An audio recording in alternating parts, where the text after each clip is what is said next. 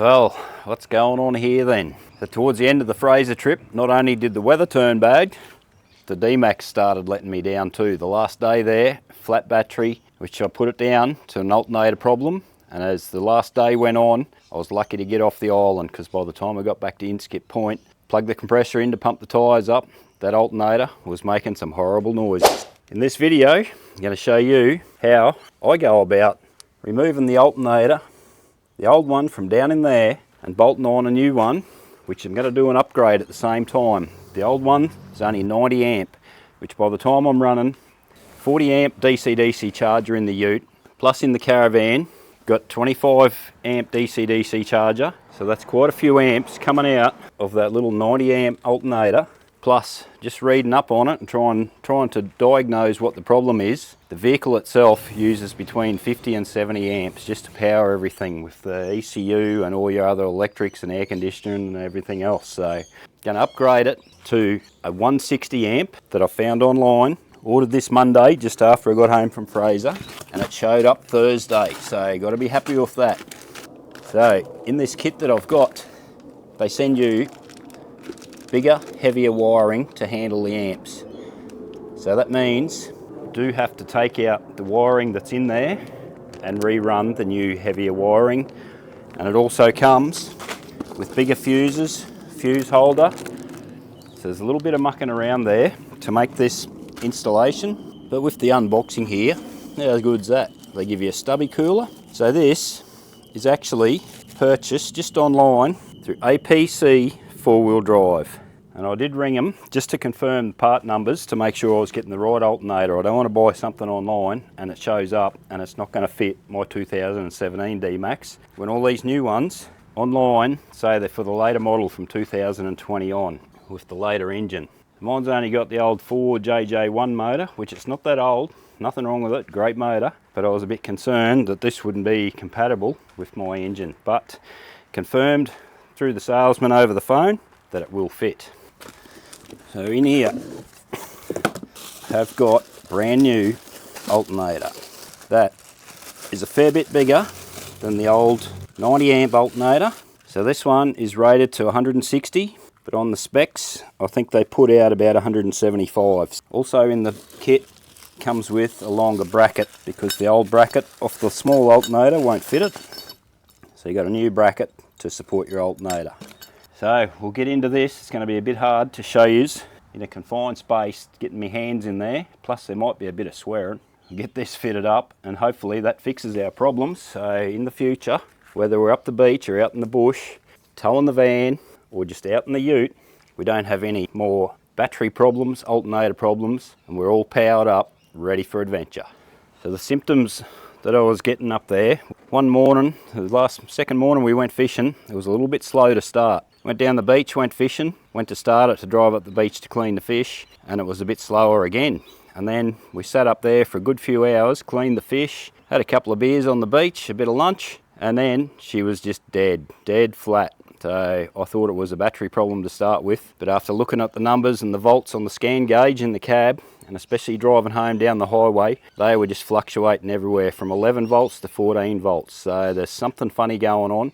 And then like I said, when I got back to Inskip and plugged the compressor in, there was some horrible death rattles coming out of it, as well as a funny burning smell. So I don't know if it's just bushes or something, or it's been overloaded with what we're trying to run off it and the other DCDC chargers. But we're not going to have any more problems with the new 160 amp alternator going in there.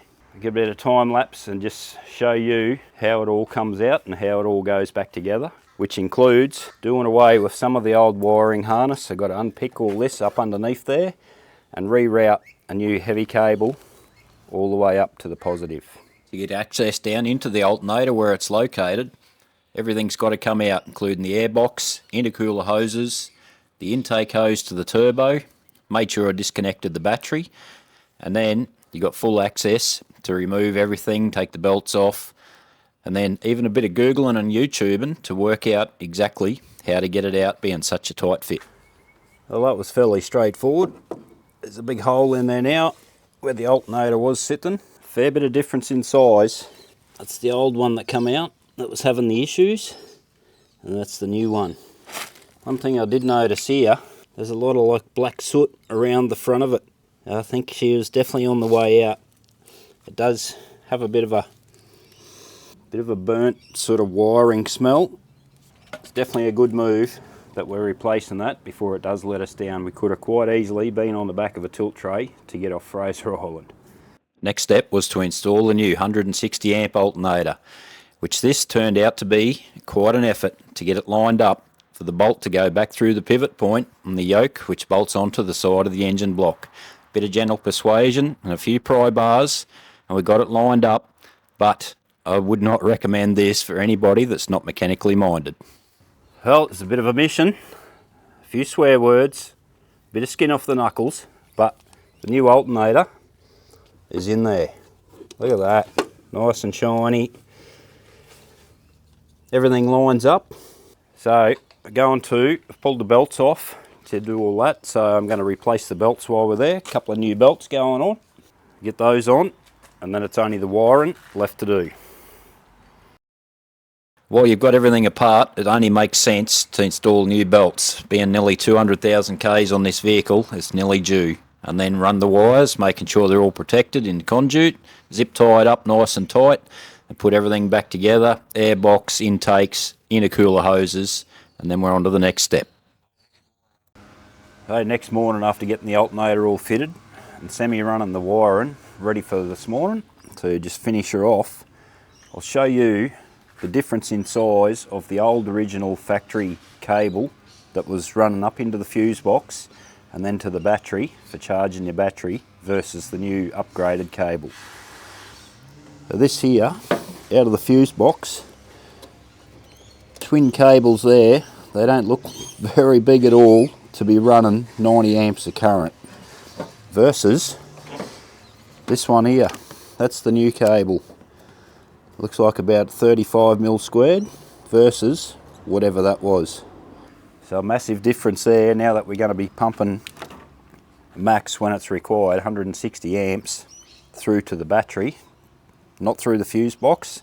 It'll be run through a new mega fuse direct to the battery, and then that'll allow for the output going to the DC chargers in the ute, the van, plus topping up the battery and whatever runs off of that. Not just starting the car, running all your lights, your spotties, radios, UHFs, air conditioners, heaters, everything. Should be more than enough to run everything, as well as keep all the other auxiliary batteries charged up.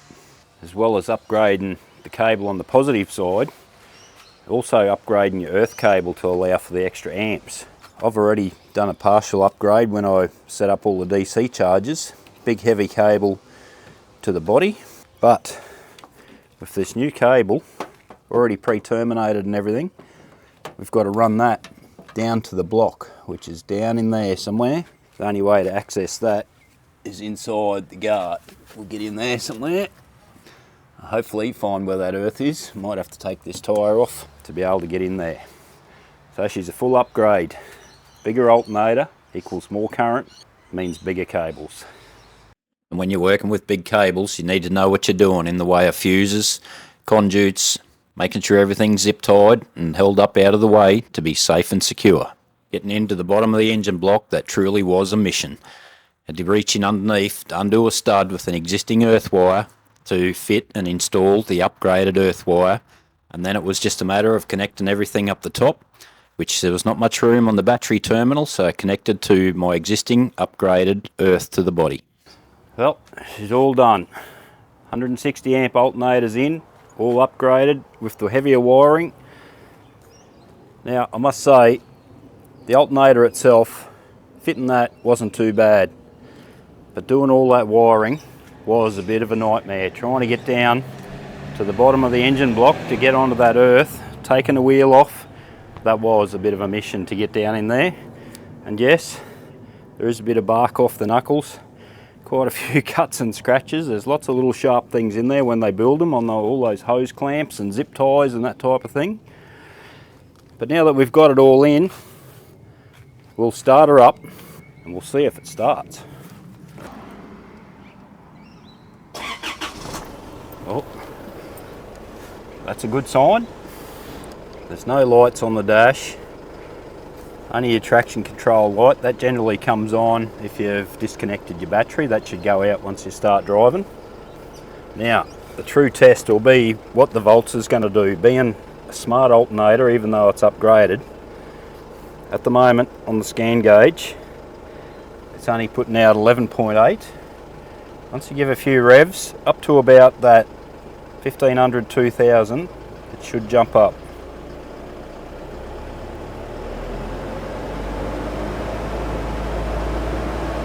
There we go. Well, look at that. We have voltage. Well, there you go.